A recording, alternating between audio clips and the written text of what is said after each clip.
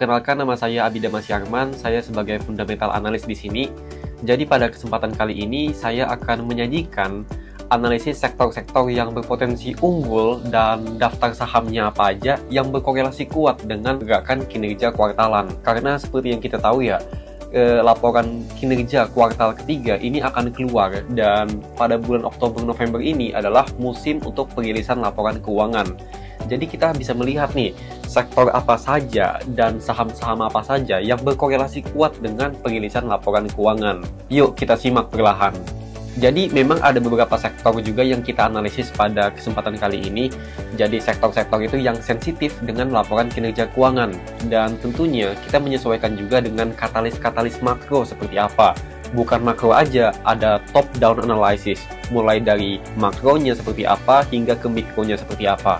Yuk langsung aja kita cermati ke masing-masing sektornya. Pertama ada dari sektor perbankan ya. Sektor perbankan ini sedang berada di titik yang cukup penting, di mana arah kebijakan moneter mulai bergeser nih, dari yang pengetatan sebelumnya hingga ke pelonggaran. Pertumbuhan kredit memang belum tumbuh secepat periode pra-pandemi, jadi sekarang tuh masih di kisaran 7-10%-an lah. Namun dari sisi liquidity stance, kondisinya juga sangat membaik, di mana rasio aset liquid terhadap DPK itu di bank-bank besar meningkat, yang menandakan adanya ruang ekspansi kredit yang masih luas. Selain itu, langkah pemerintah dalam menempatkan 200 triliun dana negara di bank-bank himbara itu bukan sekadar tambahan likuiditas mata, tapi juga sinyal koordinasi antara fiskal dan moneter yang lebih sinkron. Artinya, negara itu ingin memastikan bahwa kredit itu produktif dan tidak terhambat oleh biaya dana atau cost of fund. Selain itu, ekspektasi dari penurunan BI rate dari angka 4,75% hingga ke 4,50% pada hari ini, yaitu tanggal 22 Oktober 2025, akan memperkuat proyeksi margin perbankan. Setiap penurunan 25 BPS pada suku bunga acuan secara historis mampu menekan cost of fund sekitar 10-15 basis point dalam 2 kuartal berikutnya, terutama dalam deposito berjangka. Kombinasi antara cost of fund yang murah atau dana murah dan permintaan kredit yang mulai pulih itu akan mendorong net interest margin dari saham perbankan secara alami. Lalu, apa saja katalis-katalis yang ada dalam saham perbankan ini dan kenapa kita merekomendasikan sektor perbankan ini? Pertama, dari pemangkasan suku bunga. Ketika BI menurunkan suku bunga acuan, bank bisa menyesuaikan suku bunga simpanan dan deposito lebih cepat daripada penurunan suku bunga kredit. Ada time lag di sana sekitar 2-3 bulan, di mana biaya cost of fund turun, pendapatan bunga itu masih stabil. Disinilah bank-bank itu diuntungkan pada fase awal rate cut cycle. Spread bunga melebar dan net interest income juga akan meningkat. Selain itu, penurunan suku bunga juga akan menstimulasi permintaan pinjaman konsumsi dan modal kerja, sehingga akan menumbuhkan permintaan kredit. Dengan adanya permintaan kredit yang meningkat, tentu ini akan menambah margin dari saham-saham perbankan. Itu pertama, katalisnya. Lalu kedua, dari penempatan 200 triliun di bank-bank himbara. Dana pemerintah yang disimpan di bank milik negara menambah primary liquidity secara langsung.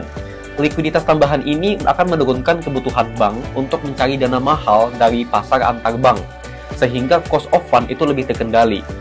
Dengan loan deposit ratio yang masih di bawah 90%, ruang untuk menyalurkan kredit baru akan terbuka lebar. Hasilnya, himbara ini akan punya kapasitas dan menyalurkan pinjaman ke sektor produktif tanpa harus mengorbankan margin bunga. Itu katalis kedua dari saham perbankan. Lalu katalis ketiga, yaitu potensi earning di kuartal ketiga tahun 2025. Digitalisasi layanan perbankan dan juga fee-based income itu menjadi mendorong tambahan laba. Jika kualitas aset tetap terjaga, seperti NPL di bawah 2,5%, maka pertumbuhan laba bersih ini akan melampaui proyeksi target pasar. Kalau kita lihat memang beberapa saham-saham perbankan ini masih belum mengeluarkan laporan keuangannya ya. Hanya ada satu saham big bank yang udah mengeluarkan laporan keuangan, yaitu Bank BCA. Kalau kita lihat, meskipun kinerjanya kurang signifikan, tapi labanya itu sesuai dengan ekspektasi pasar di angka 6%-an. Jadi kita bisa mencermati juga nanti Bank BRI seperti apa, Bank Mandiri seperti apa, dan bank-bank besar lainnya.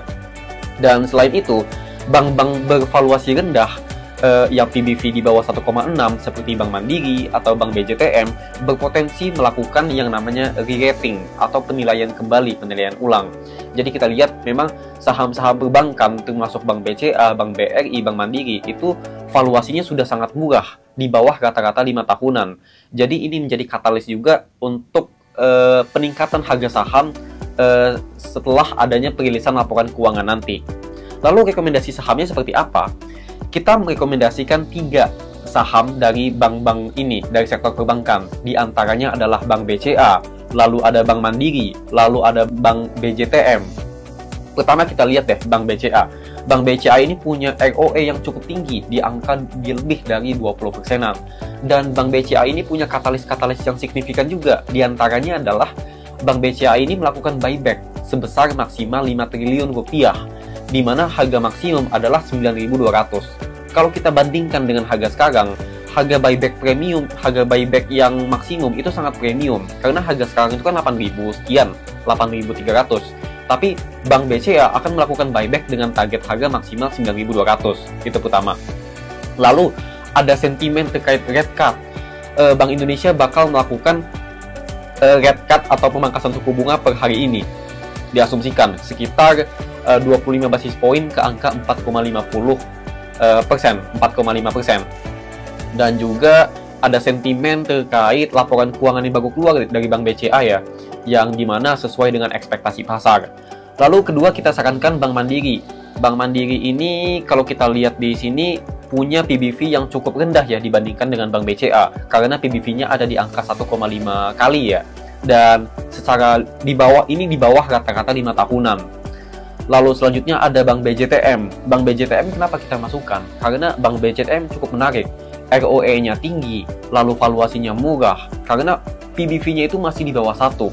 PBV kalau kita lihat ini ada 0,6 kali ya. Dan PER-nya juga masih cukup murah di angka 5,6 kali. Jadi itu dari saham perbankan.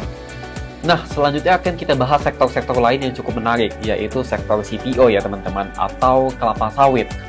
Jadi singkatnya, industri sawit ini kembali memasuki siklus yang sangat positif. Harga CPO Malaysia itu bertahan tinggi di kisaran 4.400 sampai 4.500 Malaysia Ringgit, jauh di atas asumsi awal tahun.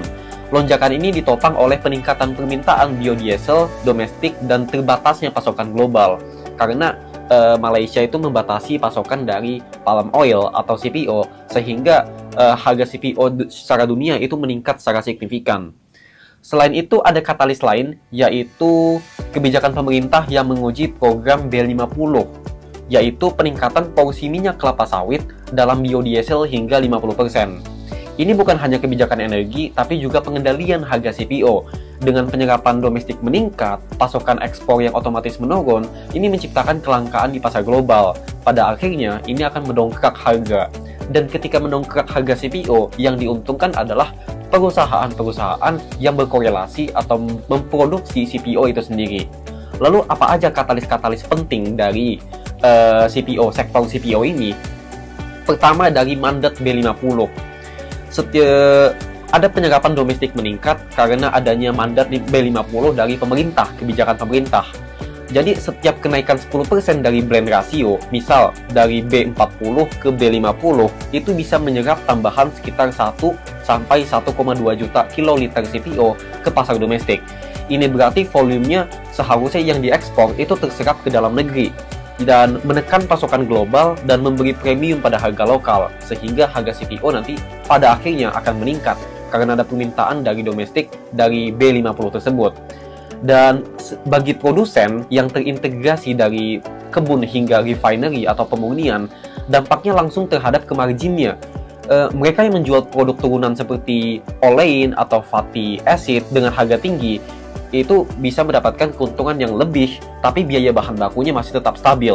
Karena harga CPO tinggi kan, jadi mereka menjualnya itu dengan harga yang tinggi, sedangkan biaya produksinya masih stabil. Itu pertama. Kedua, harga CPO global. Katalisnya adalah harga CPO global yang naik secara signifikan. Harga CPO global itu berhasil bertahan di atas 4.400 Malaysia Ringgit, yang meningkatkan pendapatan produsen secara proporsional karena sebagian besar kontrak ekspor berbasis harga internasional. perusahaan seperti misalnya SSMS, lalu TAPG, ini memiliki oil extraction rate yang tinggi yang akan menikmati dari operational leverage yang lebih besar. Sehingga pendapatan mereka akan lebih besar, EBITDA mereka akan lebih kencang lagi dari perusahaan-perusahaan yang CPO ini. Lalu katalis ketiga dari sektor CPO apa aja tuh? Ada dari ekspor berbasis bebas tarif dari Uni Eropa. Jadi kemarin itu Indonesia dengan Uni Eropa melakukan perjanjian perdagangan bebas yang dimana di sana ada menghapus tarif impor untuk CPO dan produk olahannya. Sebelumnya, sebelum ada kebijakan ini, tarif bea masuk itu mencapai 10-15%. Tapi dengan adanya perjanjian ini, tentu akan menghapus tarif impor dan nantinya akan memudahkan Indonesia untuk ekspor CPO ke Eropa gitu. Jadi permintaan di sana ada dan pembatasan limitasi terkait bea masuk itu dikurangi sehingga akan meningkatkan demand di pasar. Dengan harga CPO meningkat dan demand di Eropa meningkat, tentu ini akan memicu menjadi katalis bagi sektor-sektor CPO. Lalu rekomendasi sahamnya apa aja nih yang kita masukkan? Pertama ada SSMS, lalu ada TAPG, lalu ada LSIP dan juga ada GoSpo di sana. Nah, kenapa kita rekomendasikan hal-hal ini? Pertama dari SSMS ya. SSMS ini punya ROE yang sangat tinggi, lebih tinggi dibandingkan rata-rata industrinya, ada di 39% return on equity-nya. Sedangkan EPS-nya juga sangat tinggi, ada di angka 71%. Jadi meskipun kalau kita lihat secara valuasi ya, SSMS ini udah cukup tinggi karena harga sahamnya udah naik secara signifikan ya kemarin. Dan selanjutnya kita bisa lihat harga saham-saham yang valuasinya masih murah. Contohnya adalah LSIP. LSIP itu PBV-nya masih di angka 0,70, 0,72 lebih tepatnya. Jadi ini masih di bawah 1 dan di bawah rata-rata industrinya. Dan PER-nya itu juga masih murah, sekitar di angka 5,7 kali gitu. Jadi valuasinya masih murah, tapi ROE-nya cukup tinggi di angka 15%. Jadi ini bisa kita cermati juga ya saham seperti LSIP karena harga sahamnya belum terlalu mahal dan kinerjanya baik dan katalis dan sentimen-sentimen terkait CPO itu juga masih sangat hangat seperti B50, lalu ada harga CPO yang meningkat secara signifikan dan juga ada perjanjian antara Uni Eropa dan juga Indonesia. Itu untuk saham-saham yang berkorelasi dengan CPO. Oke, selanjutnya kita bahas nih sektor-sektor lain, yaitu sektor komoditas emas. Jadi memang cukup menarik ya, karena harga emas ini sudah melonjak signifikan di angka 4.200 hingga 4.300 USD per troy ounce. Ini adalah rekor tertinggi sepanjang sejarah. Lonjakan ini dipicu oleh beberapa hal, misal penurunan suku bunga The Fed, pelemahan dolar, dan meningkatnya permintaan aset hedging seperti emas di tengah gejolak geopolitik. Selain investor retail, bank-bank sentral di negara-negara besar itu juga memperbesar cadangan emasnya sebagai diversifikasi dolar AS. Aset-aset arus masuk seperti ETF berbasis emas juga melonjak ya. Jadi permintaan emas itu bukan berasal dari retail doang, tapi dari institusi juga, dari negara-negara besar juga, dari bank sentral juga besar gitu. Jadi sektor emas ini cukup menarik untuk kita lihat dan patut kita cermati ya, karena harga emas meningkat. Dengan harga emas meningkat, pasti penjualan saham-saham yang berkorelasi dengan emas itu juga akan meningkat, sehingga laba bersihnya juga akan meningkat pada akhirnya. Lalu, katalis-katalis apa aja yang berkorelasi dengan saham emas-emas ini, komoditas emas? Pertama, dari ekspektasi The Fed. Ketika The Fed menurunkan suku bunga, yield obligasi AS itu bakal turun. Dan dalam konteks investasi global, emas itu tidak memberikan bunga, sehingga yield rendah atau negatif, biaya peluang memegang emas itu juga akan terus drastis. Akibatnya, investor besar itu akan beralih ke emas untuk sebagai hedging atau lindung nilai dibandingkan dengan yang obligasi-obligasi tadi. Lalu selanjutnya ada katalis terkait safe haven. Ya. Jadi kondisi geopolitik dan volatilitas pasar saham membuat dana institusional masuk ke emas secara masif. Karena kondisi geopolitik yang nggak stabil, emas itu adalah salah satu aset safe haven. Jadi banyak institusi dan juga retail yang masuk ke sektor-sektor komoditas emas. Jadi arus ini jauh lebih stabil dibandingkan spekulasi-spekulasi retail di portofolio lain seperti itu. Jadi lonjakan permintaan ini menjaga harga emas di level tinggi yang lebih lama dan juga siklusnya lebih lama gitu. Jadi kalau kita lihat memang harga emas ini didorong oleh sentimen geopolitik yang cukup memanas, seperti ada perang dagang kemarin lalu ada perang geopolitik di Timur Tengah, dan lain sebagainya. Lalu itu dari saham emas ya. Lalu saham-saham apa aja yang cukup menarik untuk dibahas dari saham sektor komoditas emas ini? Di antaranya adalah ANTM, lalu ada ARCI, lalu ada PSAB, dan juga ada BRMS. Jadi kalau kita lihat di sini memang ANTM itu cukup menarik ya, karena memang harganya udah sangat signifikan naik beberapa ratus persen dalam beberapa bulan terakhir ya. Cuman meskipun harganya naik, kalau kita lihat secara valuasi, harga saham ANTM ini masih cukup murah. Kita lihat dari PBV-nya ada di angka 2,45. Itu jauh di bawah rata-rata industrinya. Industrinya sekitar 3 atau 4 kali PBV. Lalu dari PER-nya itu masih di angka 11 kali, ya, 11,74 kali. Dan EPS-nya itu meningkat secara signifikan, ada di angka 148%. Dengan ROE itu paling tinggi di antara saham-saham yang berkorelasi dengan emas lainnya, yaitu ROE-nya ada di angka 20%-an. Lalu kalau kita lihat, selain ANTM ada apa lagi nih? Ada ARCI, ada PSAB, dan juga ada BRMS. PSAB mungkin cukup menarik untuk dilihat karena PBV-nya itu masih cukup rendah, ada di angka 3 kali. Jadi kalau kita lihat memang saham-saham yang berkorelasi dengan emas ini sangat menarik ya. Karena laporan kinerja keuangan kuartal 3 kan belum keluar. Kuartal ketiganya kemarin itu saham harga emas udah melonjak signifikan, sehingga ini akan meningkatkan profitabilitas dari saham-saham yang berkorelasi dengan emas tersebut. Sehingga kalau kita ekspektasikan kinerja keuangan kuartal ketiga mungkin akan signifikan ya kenaikannya gitu. Jadi akan memproyeksikan harga sahamnya juga akan meningkat jika memang labanya itu meningkat secara signifikan. Lalu terakhir, sektor yang cukup menarik adalah sektor dari properti ya teman-teman. Sektor properti ini cukup menarik karena diproyeksikan ada pemulihan pada struktural menuju pada kuartal ketiga hingga kuartal keempat pemulihan. Karena ada berbagai event ya, ada pelonggaran moneter dan kondisi likuiditas yang lebih longgar membuat biaya kredit, terutama kredit KPR, itu semakin terjangkau. Lalu bagi konsumen, penurunan 50 basis poin pada suku bunga KPR itu bisa menurunkan rumah cicilan sekitar 5,5-7%. Angka ini cukup signifikan dalam mendorong keputusan pembelian, khususnya pada segmen menengah gitu. Lalu dari sisi pasokan, bank yang kini lebih agresif untuk menyalurkan pembiayaan seperti Bank Himbara yang mendapatkan 200 triliun tersebut, di mana Bank BTN yang terkorelasi dengan KPR itu mendapatkan sekitar 25 triliun. Ini akan terimpact juga. Akibatnya, proyek-proyek yang sebelumnya tertunda itu akan bergerak kembali, berproduktivitas kembali.